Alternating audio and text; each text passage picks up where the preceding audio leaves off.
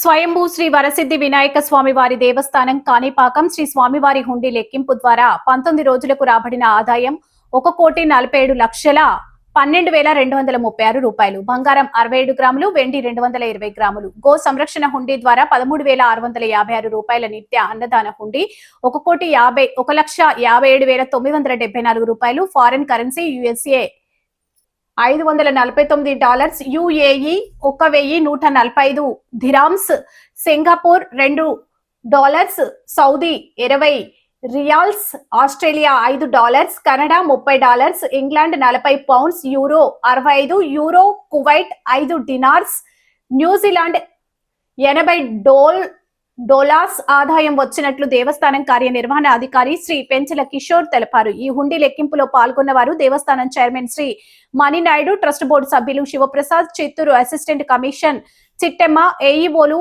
SV Krishnareddy, Harimadhavareddy, Dhananjaya, CFO Nageswararao, పర్యవేక్షకులు కోదండపాని శ్రీధర్ బాబు, దేవస్థానం సిబ్బంది, సేవకులు, యూనియన్ బ్యాంక్ కాణిపాకం శాఖ సేవకులు తదితరులు పాల్గొన్నారు.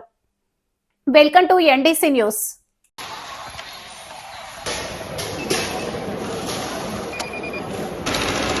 Ahí voy.